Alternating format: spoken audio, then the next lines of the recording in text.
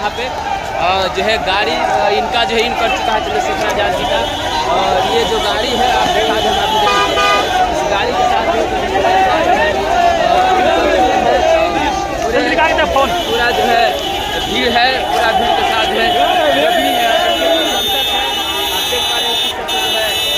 पूरी तरह जो है गाड़ी का जो है यहाँ लगा हुआ है। इसलिए सारे लोग जो है चाहते हैं एक सेल्फी हो जाए नगीना सांसद जी के साथ, लेकिन हम आपको दिखा दें और सीधे बता दें आपको किस तरह से जो है यहाँ पे यहाँ देख लीजिए ये जो है प्रशंसक जो है पूरे काफ़ी भीड़ के साथ जो है यहाँ जा रहे हैं, गाड़ियाँ का काफिला भी है।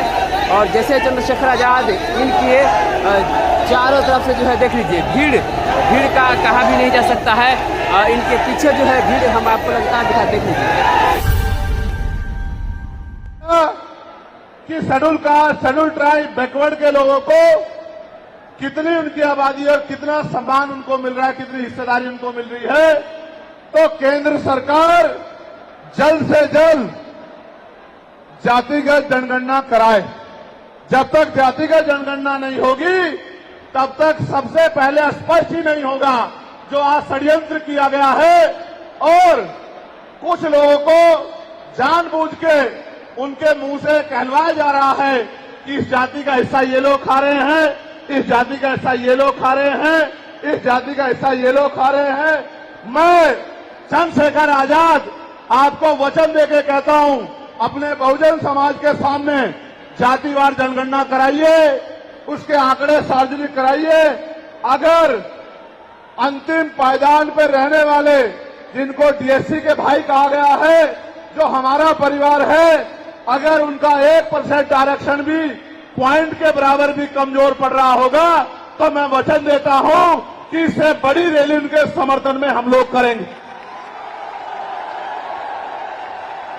मैं फिर आपसे कह रहा हूं, आप याद करो जब से इस देश में आरक्षण व्यवस्था लागू हुई है, इस आरक्षण को खत्म करने के लिए चाहे वो कांग्रेस पार्टी रही हो या भारतीय जनता पार्टी रही हो या और कोई मनुवादी दल रहा हो, इन्होंने एडी चोटी के जोर लगाए। और आज जिन जातियों को गाली दी जा रही है, ये वही जातियां हैं जिन्होंने अपने बच्चे कुर्बान कर दिए लेकिन अपने अधिकारों की रक्षा की और आज भी देश में आरक्षण बचा हुआ है, नौकरियां बची हुई है, हिस्सेदारी बची हुई है, राजनीतिक व्यवस्था कायम है, लोकतांत्रिक व्यवस्था है। तो धन्यवाद करना चाहिए उन जातियों का जिन्होंने अपने प्राणों का बलिदान दे दिया, लाठी डंडे खाए, गोलियां खाई, लेकिन अपने अधिकारों को छीनने नहीं दिया। सब लोगों को उनका धन्यवाद करना चाहिए। लेकिन दुश्मन का ये षड्यंत्र है और दुश्मन बड़ा समझदार है। दुश्मन जानता है कि 2 अप्रैल 2018 के बाद में ये दलित समाज एकजुट हो गया था। जब दलित समाज एकजुट हुआ तो वो ये सोचने लगे कि इनकी एकता को कैसे तोड़ा जाए। आप और मैं जानते हैं, जब हम मुट्ठी बनकर रहेंगे तो कोई हमारे अधिकारों को नहीं छीन सकता। लेकिन जब जब हम बट जाएंगे, एक उदाहरण के तौर पे बताता हूं, अगर आप झाड़ू की सिक्कों को इकट्ठा कर दोगे, वो सिक्के जो हैं एकजुट हो जाएंगे, उनको बांध दिया जाएगा तो वो सारा कचरा साफ कर देंगे। लेकिन अगर वो जो सिक्के होते हैं, अगर आपने उनको अलग अलग कर दिया तो वो कचरा साफ नहीं कर पाएंगे, वो खुद कचरा बन जाएंगे, उनकी कोई हैसियत नहीं बनेगी। इसलिए हमारे महापुरुषों ने बहुजन समाज में भाईचारे की बात की। और आप महसूस करो, बाबा साहब अम्बेडकर ने क्या नारा दिया? शिक्षित बनो, संगठित रहो और संघर्ष करो। हमें शिक्षित भी बनना है, संगठित भी होना है और अपने विरोधियों बैरियों के खिलाफ संघर्ष भी करना है, अपने अधिकारों के लिए संघर्ष भी करना है। मैं जब देश के बाहर गया तो मैंने देखा कि वो लोग तरक्की कर रहे हैं, उनकी जिंदगी खुशहाल है, उनकी जिंदगी अच्छी बन रही है। लेकिन उनकी जिंदगी तो अच्छी बन रही है, लेकिन 75 साल की आजादी के बाद आज भी भारत में 80% लोग ऐसे हैं जो रोटी कपड़ा मकान से वंचित है, जिनको इज्जत की जिंदगी नहीं मिल रही। तो मैं ये देख रहा था, मुझे बड़ी खुशी हो रही थी, लेकिन जब मैं भारत की तरफ देखता हूं तो बड़ी निराशा हाथ लगती है। फिर ये महसूस करता हूं कि आज जो कुछ हमारे पास है वो हमारे महान पुरुषों की संघर्ष की वजह से है। अगर हमारे महान पुरुष संघर्ष नहीं करते तो जो आज हमें मिला है ये भी हमें किसी कीमत पे नहीं मिलता। आप जानते हैं, हमेशा आरक्षण के खिलाफ चाहे सुप्रीम कोर्ट हो या मनुवादी दल हो, सब लोगों ने आरक्षण को समाप्त करवाने के लिए एड़ी चोटी के जोर लगा दिए। और इसका सबसे बड़ा हमला इस पे कब हुआ, जब 10% EWS लागू हुआ। मुझे माफी चाहते हुए कहना है कि हमारे दलों ने भी हाथ उठा के, जो हमारे पूर्व के दल थे, उनका समर्थन किया, जबकि वो आरक्षण पे सबसे बड़ा हमला था। अगर उसी दिन हम लोगों ने सड़कों पर निकल के अपनी आवाज को उठाया होता तो किसी की मां ने दूध नहीं पिलाया होता कि वो दोबारा आरक्षण पे हमला करने के बारे में सोच लेता। ये भाजपा के लोग जो सत्ता में बैठे हैं, इन्होंने वोट तो आपसे हमसे ली धर्म के नाम पे, भाईचारे के नाम पे, लेकिन सत्ता में आके ये लोग अपने लोगों का काम करने लगे, अपने महापुरुषों की विचारधारा को आगे बढ़ाने लगे, और हम लोग रोटी रोटी के लिए मोहताज लोग, जुल्म जाति के शिकार लोग परेशानी की जिंदगी जीने लगे। मैं चाहता हूं कि जो जिंदगी हमारे लोग ऑस्ट्रेलिया में जी रहे हैं, ऑस्ट्रिया में जी रहे हैं, इटली में जी रहे हैं, यूरोप में जी रहे हैं, पूरे अमेरिका में जी रहे हैं, कनाडा में जी रहे हैं, हॉलैंड में जी रहे हैं, नीदरलैंड में जी रहे हैं, ऐसी जिंदगी की व्यवस्था भारत में भी हो। लेकिन ये तभी संभव है जब राजनीतिक शक्ति हमारे पास हो। अगर राजनीतिक शक्ति भाजपा और कांग्रेस के पास रहेगी तो हम लोग इज्जत की जिंदगी इस देश में नहीं जी सकते। इस बात को आप लोग मेरी ध्यान रखना। ये मैं नहीं कह रहा हूं, ये बाबा साहब अम्बेडकर ने कहा, political power is the master की। राजनीतिक सत्ता वो चाबी है जो आपकी सारी परेशानियों का हल कर देगी। और राजनीतिक सत्ता जिनके पास है, उनके लोग हजारों हजारों करोड़ रुपए लेके भाग जाते, उनके लोग उनके पूंजीपतियों के लाखों लाखों करोड़ रुपए माफ करते जाते। लेकिन अगर आपका 10,000 रुपए का बिल भी बाकी हो तो 10,000 रुपए का बिल भी अगर आप नहीं दोगे तो मुकदमा लिख के आपको जेल भेजने का काम सरकार कर देगी और आपके घर की कुर्की भी करा देगी। आप किसानों का, मजदूरों का हाल देख लो, आप नौजवानों का हाल देख लो, इस देश में क्या है। तो हमारी सबसे बड़ी मांग ये है, आप समर्थन करके बताना कि आप इस पर सहमत हो या नहीं हो। बताओ, जातिवार जनगणना होनी चाहिए नहीं होनी चाहिए? एक सुर में बताओ, होनी चाहिए नहीं होनी चाहिए? साथ साथ इस देश में जातिवार जनगणना के साथ साथ जितने भी सरकारी संस्थान हैं, चाहे वो जुडिशरी हो, जहां से हमारे खिलाफ लगातार फैसले आते हैं, चाहे वो आर्मी हो, चाहे वो और कोई सरकारी संस्था हो, सब लोग सब जगह पे आरक्षण व्यवस्था लागू होनी चाहिए। बताओ, होनी चाहिए नहीं होनी चाहिए? दोनों हाथ उठा के बताओ, होनी चाहिए नहीं होनी चाहिए? बहुत अच्छी बात। साथ साथ हमारी ये भी मांग है, जो मैंने पार्लियामेंट में भी उठाई, कि निजी क्षेत्रों में आप इस बात को समझो गौर करके, इस देश में 2% सरकारी नौकरियां, कितने परसेंट? जोर से बताओ। 98% प्राइवेट सेक्टर है। कुछ ऑर्गेनाइज है, कुछ अनऑर्गेनाइज है।